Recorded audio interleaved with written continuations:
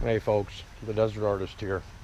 I'm going for a kind of a short walk back here in my forest. I want to let you know that if you're an old guy and you're a pervert and you happen to have a drawer full of old pornos and a DVD player and a greasy old mattress that you use during your final days, and you might want to clean up your act because eventually you're going to die, and your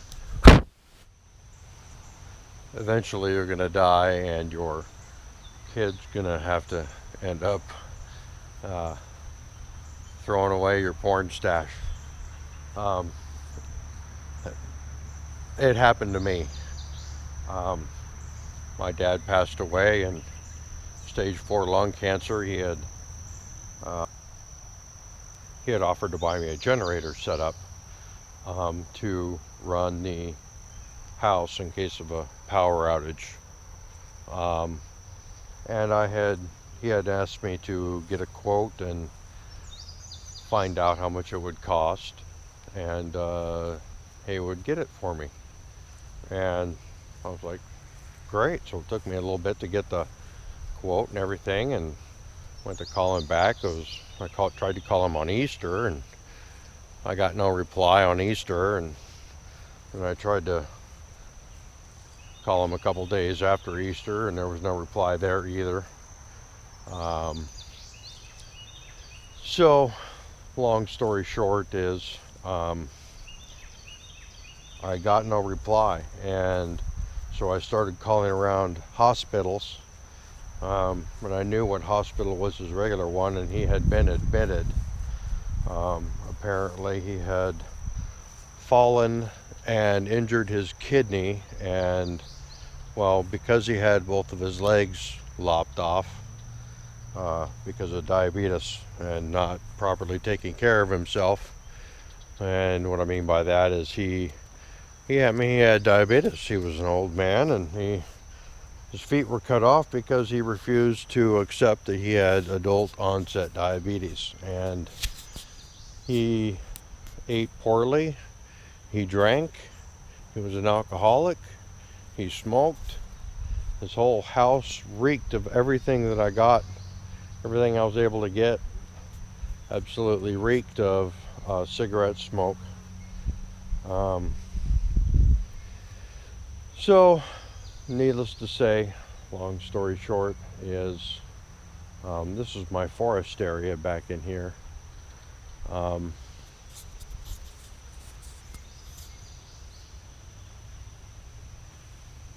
so, long story short is, don't don't die in an old pervert. Um, my dad died of he when he not only did he have the dresser full of porn, it was my grandmother's bedroom set. My father grew up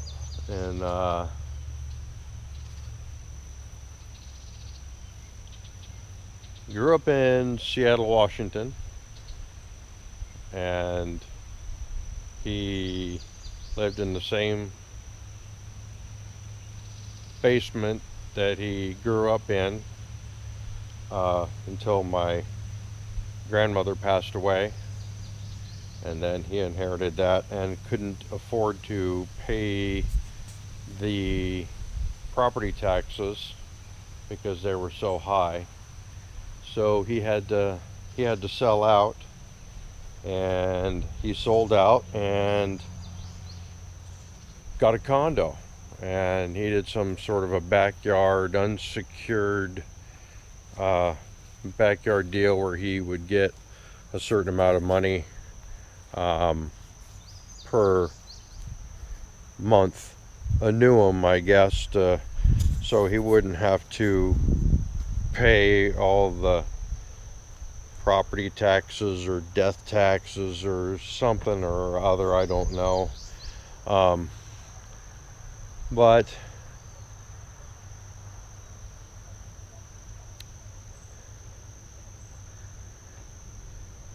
in any case, it doesn't matter to me because, you know, he left everything to the bartender.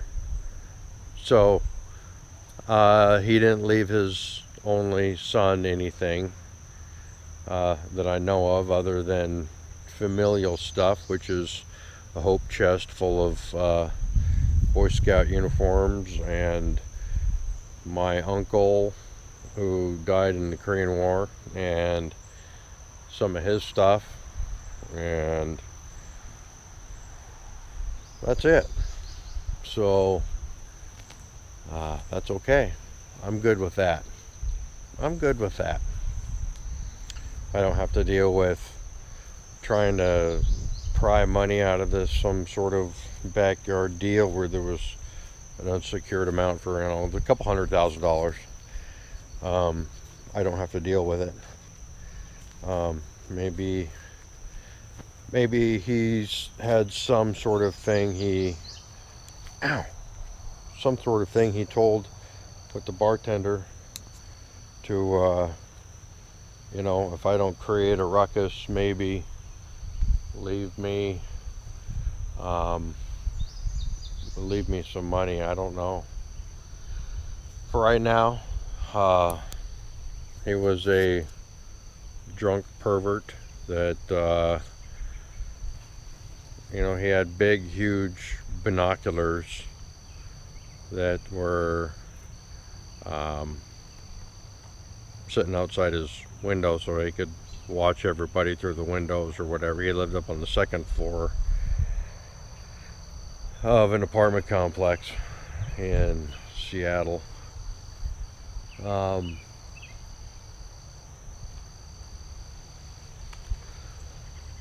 So anyway, that's my story. Don't leave. Don't die unexpectedly and fall in your. What he basically did is he fell in his apartment and he hurt his back and he couldn't move without a bunch of pain. So what he did was he just laid there for 3 days. He couldn't get to a phone, couldn't do anything. So he just laid there for 3 days until somebody came and checked on him for a wellness check. I guess it was one of his drinking buddies. And so from there, stuff went down, and I drove to Seattle and spent nearly a month there. And then I went to, I came back home because I was told I couldn't have anything, so not even family stuff originally. Told I couldn't have anything, might as well just pack up and go home. So I packed up and drove all the way back to Missouri, and then I was called and told later that, oh, there was a hope chest and stuff that was in the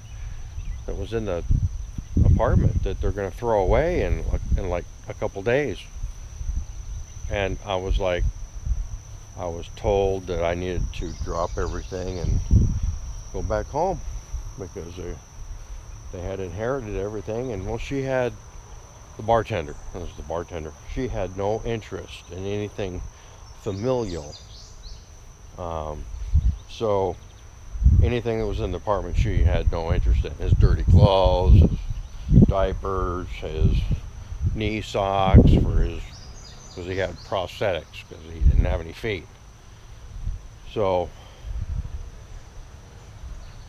you know, all of his smelly old clothes and blankets. I could just imagine him being some old guy that would sit on the street corner smoking the cigarettes and whistling at girls, you know, because all I've got is just the image of him, you know. I mean, there's a 2-bedroom apartment, So all I've got is, this image of him getting out of the shower and going to this second bedroom and plugging in a DVD into the back of the TV there and starting up a porno and doing what you do when you play in a porno. So, I mean, all these things are going on in my brain, and then I find the big binoculars, right? And I find the big binoculars that they're pretty big. They're about 12 inches long. So, and I looked at them and I could look through in all the windows that were all the view that I could handle, So,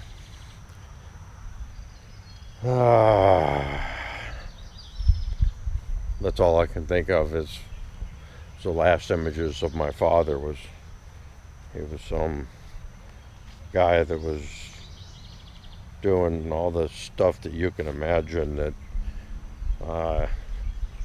your imagination is probably far beyond mine.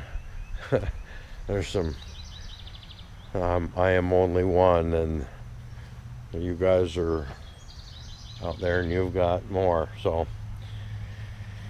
there you go. That's my lesson for the day. Don't die a pervert, because your son's going to have to deal with why you left everything to the bartender. I mean, there's country songs, there's all kinds of books. I mean, there's therapy sessions, there's all kinds of stuff that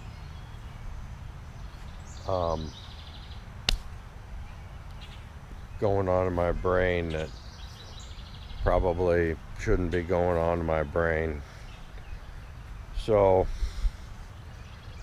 for right now, I'm just kind of going through stuff that I have, my hope chest that I was left. I got some video of it around here somewhere, and I'll be going through more of it and all more descriptive. And I got my dad's high school grade books, however much that he had.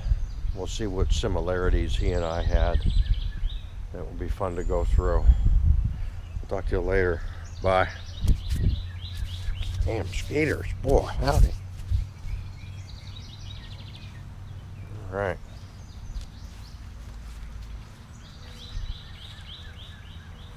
So this is my yard here. Over there's that's the highway. We live up here on the hill. This is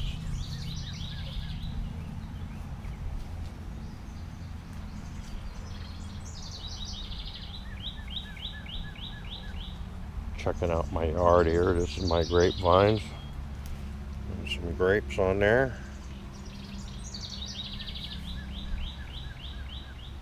Those are my blackberries.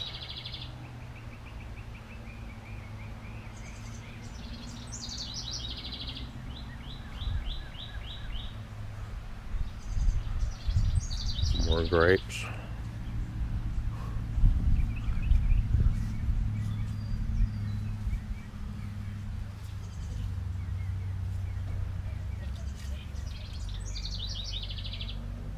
All kinds of grapes. Look at all those grapes.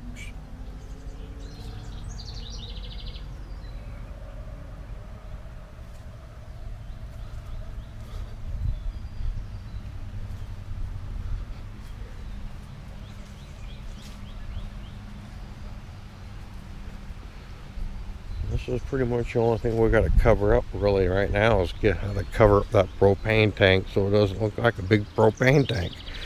Can't paint it brown. Maybe build a fence around it. into a, I have to build a frame or something so this can grow up better. Grow up into an arch that goes all the way across, purple flowers. That'll be cool.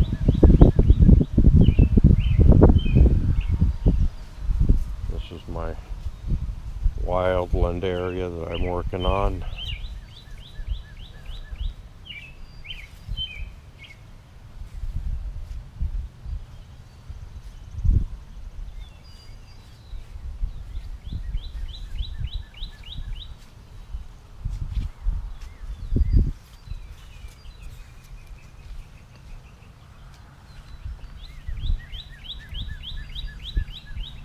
I got blueberries in there that are one there, one right there, and one right there. They're struggling a little. Get in there and pull out some of that grass. It's getting kind of tall.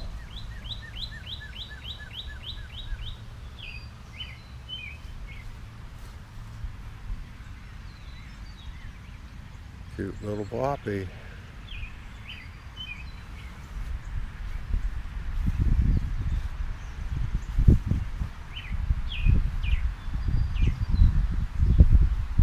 Yep, so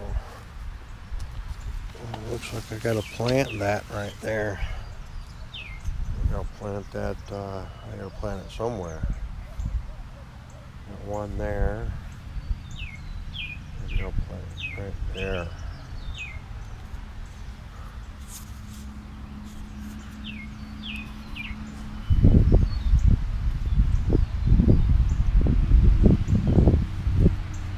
Alright. Looks like I gotta mow the lawn today. Yeah.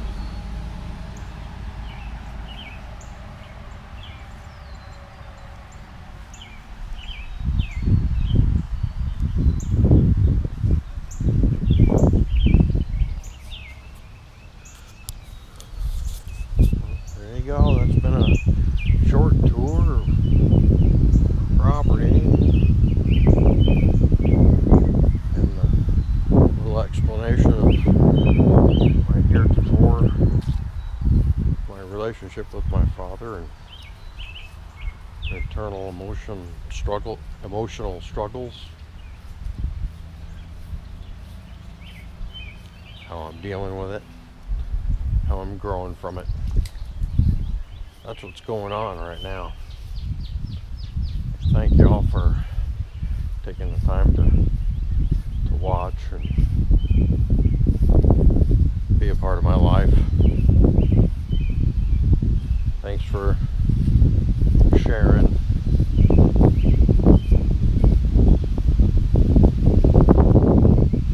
I don't know if I should do the peace out thing or not. I don't know. As the desert artist, I'm out of here.